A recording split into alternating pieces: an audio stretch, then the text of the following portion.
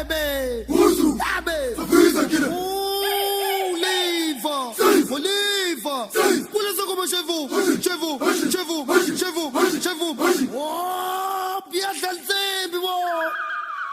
Namhlanje ke simvelaphi sithi asibheke indaba Amzemtiti, Ononhlevu, izifundiswa nobukholwa. Ukufika kondlebe ikhanya ilanga kuleli kaGondwana kuze nobukoloni. Ngesikhathi amakoloni esabusa lelizwe kuyiwona kade ephula amaphiko impela ashaya imithetho elawula kakhulu umuntu onsundu imqhobosha bese kuba khona eminye imithetho elawula umuntu omhlophe. Iningi lemithetho ebivuna abantu abamhlophe kakade vele bishawa ibona phela abantu abamhlophe ethi yakhumbula ukuthi biqhamuka lekule kaQueen phesheya. Kuhambe kwahamba ke kwabavula nethuba lokuthi uma umuntu onsundu efuna ukuthola amalungelo agcwele ukuba nelungelo lokuba nomhlaba lobunikazi lokuthola itayitela lomhlaba bese ukwazi ukuthi ke ube exempted. Bathi uzoba exempted ngolimi lesingisi kule mithetho ecindezela umuntu omnyama noma eqhobosha umuntu omnyama noma encisha umuntu omnyama amalungelo omhlaba, amalungelo okuhamba kwezinye izindawo. Ugcine sekuthiwa hayi bazoba exempted ngenxa yokuthi ke laba ke abe bebizwa ukuthi bangamaqaba bebengasazi isingisi bagcine sebethi baphendula igama lesingisi lithi exempted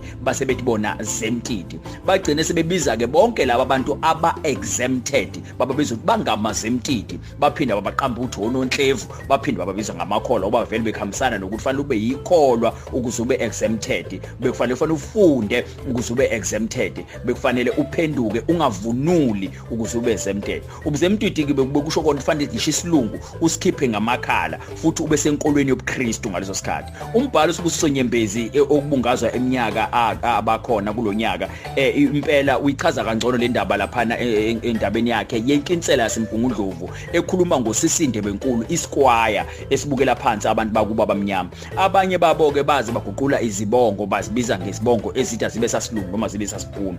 Kulapho ukuthola kukhona abanye omthimkhulu abazibiza ngoHotbom, kwathi abanye oNdlovu abasebengamazemtiti basibiza ngoOlifant, kwathi abanye omkhize abasebengamazemtiti basibiza ngoMackenzie. uMackenzie ke nje isibongo somunye umbhemu walena phesheya eScotland okwakuthiwa Alexander Mackenzie owaye bathi basebebuka bathi uMackenzie lo kufanele ngabe kuyasondelana singakwazi ukuthi sibize ngakho lolu zalo la khona lapha eScotland.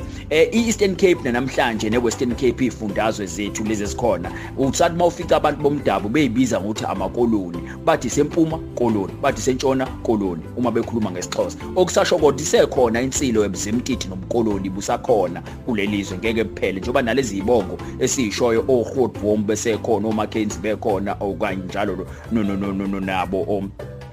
nabo oOlifant. Hayi ke asibambe lapho ke imvelaphi yethu namhlanje lapho sikhuluma khona ngegama imvelaphi yegama Amzemtiti uma kwenzeka uhlangana nalo. Lami igama ngingusithembiso kaGojobova kwaShangasa umzukulwane kaMvula imvelaphi.